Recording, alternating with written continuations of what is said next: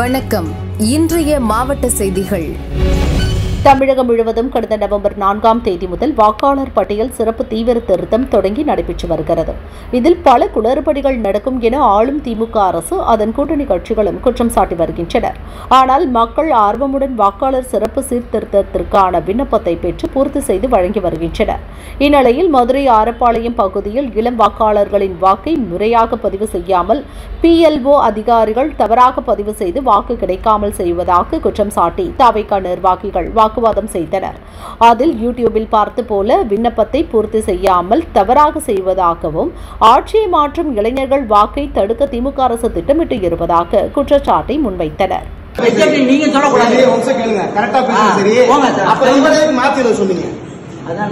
உங்களே தம்பி மாத்திர சொன்னாங்க. இவர் தான் சார் தான் சொன்னாரு. ஆமா சார் தான் சொன்னாரு. நீங்க இவரே மாத்திர சொன்னீங்க. ஒரு ஃபார்ம் ஒண்ணா இருக்கு சார். அவர் பாம்பல நீங்க இவ்வளவு கரெக்ட்டா பேசுறீங்க. நான் பொறுப்பு கேட்கல. நான் பொறுப்பு சொல்றேன். நான் அவர் தெளிவா அறிவு நீங்க படிச்சிருக்கீங்களான்னு வேற கேட்டாரு. இந்த क्वेश्चन வேற கேட்டாரு. நீங்க படிச்சிருக்கீங்களா அப்படினு கேட்டாரு. நான் அதே தான் சொன்னேன். இத படி இத அவர் தெளிவா பேசுறாங்க. டோன்ட் டெல் போங்க. சரி ஐகட் போட்டு. இல்ல சார் இப்ப இவ்வளவு தூரம் இப்ப எழுந்தவங்க சார் போய் கேளுங்க சார். சார் இவ்வளவு தூரம் எழுந்தவங்க பிஎல் ஓட்டர் தான் கேட்கணும். ஆபீசர் வந்து என்ன சார் நீங்க கேட்டீங்க. நீங்க என்ன பொறுப்புன்னு என்ன கேட்டீங்க.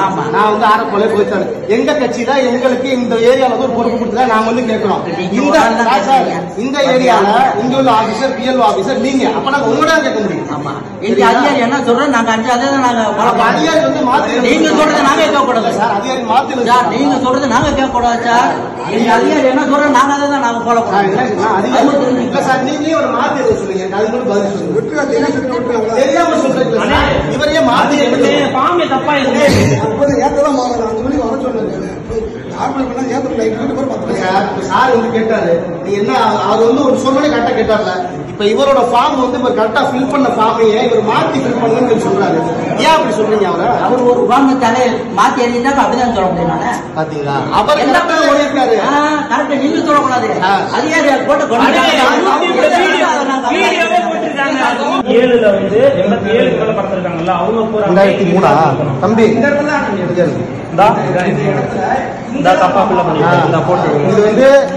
இது வந்து பாத்தீங்க அப்படின்னா PLO ஆபீசர் என்ன சொல்றாங்க அப்படின்னா இப்ப உள்ள ஜெனரேஷன் வந்து இதோட ஓட் ஐடி வந்து 1985 இவங்களோடது இங்கிட்டு ஃபில் பண்ணாம இங்கிட்டு ஃபில் பண்ணது இவங்களோட சரி. ஆனா 2002 இப்போ உள்ள ஜெனரேஷன் ஓட்டு இங்கிட்டு ஃபில் பண்ணாம அவங்களும் இங்கிட்டே ஃபில் பண்ண வச்சு இந்த ஃபார்ம் ஃபுல்லா வாங்குறாங்க. கிட்டத்தட்ட அதிகப்படியான மக்கள்கிட்ட வாங்கியிருக்காங்க. இது எல்லாமே ஆகாது. ஃபர்ஸ்ட் இது வந்து ஒரு தப்பான ஃபார்ம் ஃபில்அப். இதை ஃபில் பண்ணி தான் வாங்குறாங்க. அவங்க ரிஜெக்ட் ஆயிரும். அந்த பையனுமே தப்பா தான் ஃபில் பண்ணுறாங்க. நீங்க அதுக்கு என்ன சொல்றீங்க? நீங்க ஆபீசர் நீங்க எங்களுக்கு வந்து ஆபீசர் நீங்க தான் சார். இது வந்து இப்படி வந்து அசால்ட்டான பதில் சொல்றது எப்படி சார்? முரண்பாடு கேள்வி நான் பதில் சொல்ல முடியாது சார். முரண்பாடு கேள்வி இல்ல, மக்களுக்கு தப்பான ஒரு புரிதலையும் நாங்க சொல்றோம். அதை கேட்டுங்க. எங்க அதிகாரி மேல இருக்காங்க, அங்க நீங்க கேட்டுக்கலாம், தாராளமா கேட்கலாம். உங்க தந்தை என்னமோ அங்க நீங்க பாத்துக்கலாம். ஓட்டு யாருமே போட முடியலன்னா அப்புறம் என்ன பண்ணுவீங்க? அவங்களுக்குரிய ஓட்டை மட்டும் போட்டுட்டு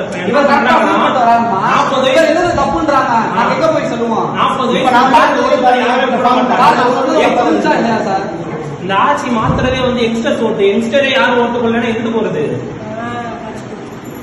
அவங்க யங்ஸ்டர் ஓட்டு தான் வந்து மாத்துறாங்க. இப்ப நீங்க இந்த ஃபார்ம் தப்பா எழுதி இந்த ஃபார்ம் என்ன போய் மறுபடியும் இப்ப இவ்வளவு நேரம் உட்கார்ந்து எழுதிட்டாங்க. இல்ல ஃபார்ம் எங்க போய் கேட்ட ஒயிட் ஒண்ணும் இல்ல சார். இப்ப உட்கார்ந்திருக்காங்க அவங்க தான் PLO ஆபீசர். ஃபார்ம் வந்து ஒரு கவர்மெண்ட் ஆபீசர் சரிங்களா? ஃபார்ம் ஃபில் அப் பண்ணா உங்களுக்கு ட்ரைனிங் கொடுத்திருக்காங்களா? ஃபர்ஸ்ட் அவங்க தப்பா ஃபில் அப் பண்றாங்க. ஃபர்ஸ்ட் அதாவது இப்ப கேள்வி கேட்டாலும் எந்திரிச்சு போயிட்டாங்க. ட்ரைனிங் கொடுக்கல சார். நான் ஒரு 2 ட்ரைனிங் கொடுத்து இது பண்ணா பரவாயில்ல. இந்த கவர்மெண்ட் என்ன பண்ணுச்சு? சீர்திருத்தம் பண்ணின்றாங்க, எல்லாம் பண்றாங்க. ஓட்டு எல்லாரும் ஓட்டும் போச்சுன்னா என்ன பண்ணுவாங்க? யங்ஸ்டர் ஓட்டு நாங்களும் எங்க போயிருந்தோம்? நாங்க அப்ப ஸ்ட்ரைக் பண்ணுவோமா? நாங்க அந்த அளவுக்கு தான் முடிவு எடுப்போம். பாருங்க கோச்சு போயிருக்கீங்க. நானு அவரோட ஓட்டு வந்து அவர் கரெக்டா எழுந்து மாத்தி எழுதுன்னு சொல்லிட்டு போறாங்க. அதை கேள்வி கேட்டா அவர் எந்திரிச்சு நான் இந்த சைடு நீங்க எழுதலாம், அம்மா எழுதலாம், இந்த அம்மா எழுதலாம். நான் எழுத முடியாது. நீங்க உங்க பொண்ணு பேர் எழுதுறீங்களா? நீங்க எழுதலாம், இவங்க எழுதலாம், இந்த அம்மா எழுதலாம். அதெல்லாம் அந்த சைடு எழுதணும்ன்றாங்க. பணி நிரந்தரம், ஊதிய உயர்வு, பணி பாதுகாப்பு, விபத்து மற்றும் மருத்துவ காப்பீடு உள்ளிட்ட 48 அம்ச கோரிக்கைகளை வலியுறுத்தி தேசிய சுகாதார குழும பணியாளர்கள் சென்னை சிவானந்த சாலையில் போராட்டம் நடத்தினர். 500க்கும் மேற்பட்ட தேசிய சுகாதார குழும பணியாளர்கள் கோரிக்கைகள் அடங்கிய பதாகைகளை ஏந்தி கோஷங்களை எழுப்பினர். எங்களுடைய இந்த ஒரு நாள் காத்திருப்பு போராட்டமானது பணியாளர் சுகாதாரத்துறையிலே பணியாற்றக்கூடிய தேசிய சுகாதார திட்ட பணியாளர்களின் அடிப்படை உரிமைகளை வேண்டி இந்த ஒரு நாள் காத்திருப்பு போராட்டத்தை இன்று இங்கு தொடங்கியிருக்கிறோம். எங்களுடைய அடிப்படையான கோரிக்கைகள் பணி பாதுகாப்பு, ஊதிய உயர்வு, மருத்துவ விடுப்பு ஊதியத்துடன், பெண் பணியாளர்களுக்கு ஊதியத்துடன் மகப்பேறு விடுப்பு, மருத்துவ காப்பீடு, விபத்து காப்பீடு உள்ளிட்ட 48 அடிப்படை கோரிக்கைகளை முன்வைத்து இந்த ஒரு நாள் காத்திருப்பு போராட்டத்தை இங்கு நாங்கள் அனைத்து மாவட்டங்களிலிருந்தும் இங்கே ஒன்று கூடி ஆரம்பித்திருக்கிறோம். தேசிய சுகாதார திட்டத்தில் MPBS படித்த மருத்துவ அலுவலரிலிருந்து பல் மருத்துவரை தொடங்கி இயன்முறை மருத்துவர், லேப் டெக்னீசியன், சுகாதார பணியாளர்கள், அலுவலகத்தில் பணியாற்றக்கூடிய புள்ளி விவர பதிவாளர்கள், இயன்முறை மருத்துவர்கள் போன்று அக்கௌண்ட் அசிஸ்டண்ட்டு, அப்புறம் சைக்காட்ரிஸ்ட்டு, சோசியலோகன் என்ற கிட்டத்தட்ட தமிழ்நாட்டிலே 40,000க்கும் மேற்பட்ட பணியாளர்கள் ஒப்பந்த அடிப்படையிலே 20 ஆண்டுகளுக்கும் மேலாக பணியாற்றி கொண்டிருக்கிறோம். எங்களுடைய அடிப்படை கோரிக்கைகளை இந்த அரசு கவனத்தில் ஏற்க மறுத்த காரணத்தினாலே வேறு வழியின்றி அரசுக்கு எதிராகவோ நிர்வாகத்துக்கு எதிராகவோ நாங்கள் இந்த போராட்டத்தை முன்னெடுக்கவில்லை. எங்களுடைய அடிப்படை உரிமைகளுக்காக இந்த போராட்டத்தை முன்னெடுத்திருக்கிறோம். பணி நிரந்தரம் தொடர்பான உண்மையை சொல்ல வேண்டுமானால் 2005 இருந்து மருத்துவர் அன்புமணி ராமதாஸ் அவர்கள் மத்திய அமைச்சராக இருந்தபோது இந்த தேசிய சுகாதார திட்டமானது இந்தியா முழுவதும் நடைமுறைப்படுத்தப்பட்டது. பணி நிரந்தர எண்ணம் எங்களுக்கு 5 ஆண்டுகளுக்கு முன்னுக்கு வரைக்கும் இல்லை. காரணம் என்னென்னா, போதுமான வாழ்வாதாரத்துக்கான ஒரு ஊதியம் இருந்தால் போதும்னு இருந்தோம். ஒரு மனிதனை ஏமாற்றணும்னா அவனுடைய ஆசையை தூண்டணுன்ற அடிப்படையில் 153வது வாக்குறுதியாக இந்த அரசு தேர்தல் வாக்குறுதியிலே 10 ஆண்டுகளுக்கு மேலாக பணியாற்றக்கூடிய ஒப்பந்த பணியாளர்களை பணி நிரந்தரம் செய்கிறோம் என்று கொடுத்தது இவர்கள்தான். நாங்கள் பல முறை தொடர்பு கொண்ட போது நீங்கள் மத்திய மாநில அரசுகளின் நிதி பங்களிப்பில் பணியாற்றுகிறீர்கள், அதனால் மத்திய அரசிடம் கேட்டுக்கொள்ளுங்கள் என்று விட்டார்கள்.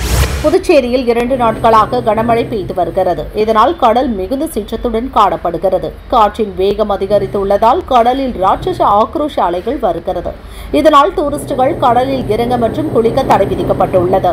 பாதுகாப்பு கருதி கடற்கரையில் போலீசார் காவல் பணியில் ஈடுபட்டுள்ளனர். மேலும் காற்றின் வேகம் அதிகரிக்கும் என எதிர்பார்க்கப்படுவதால் மறு அறிவிப்பு வரும் வரை இந்த தடை தொடரும். மீனவர்கள் மீன்பிடிக்க கடலுக்குள் செல்ல வேண்டாம் என மீன்வளத்துறை சார்பில் அறிவிக்கப்பட்டது. இதனால் தேங்காய் திட்டு துறைமுகத்தில் மீனவர்களின் படகுகள் நிறுத்தி வைக்கப்பட்டுள்ளது. கனமழை காரணமாக டூரிஸ்டுகளுக்கு தடை விதிக்கப்பட்டுள்ளதால் புதுச்சேரி கடற்கரை வெறிச்சோடி காணப்படுகிறது.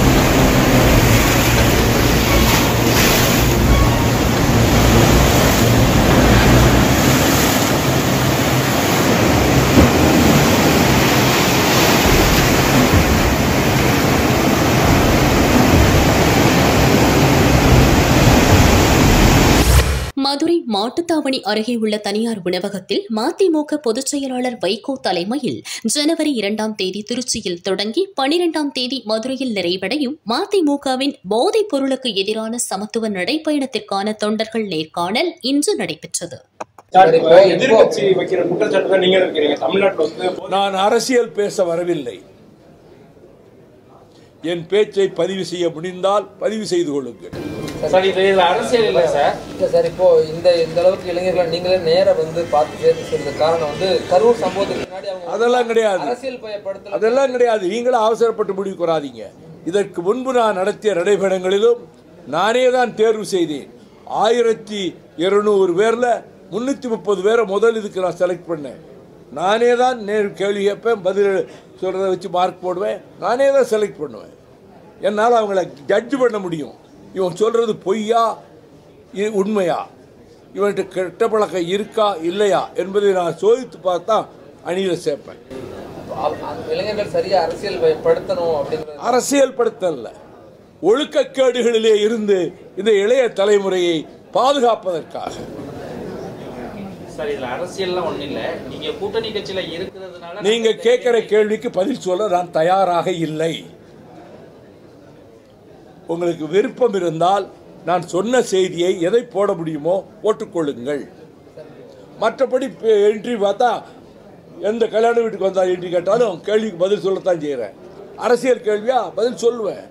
இது தொண்டரணி, இளைஞரணி, மாணவரணி 3 அணிகளுக்கும் தேர்வு செய்யக்கூடிய ஒரு நிகழ்ச்சி. இதில் எங்களுடைய தேர்வு நடக்கிறது. இதை பார்த்தீர்கள்.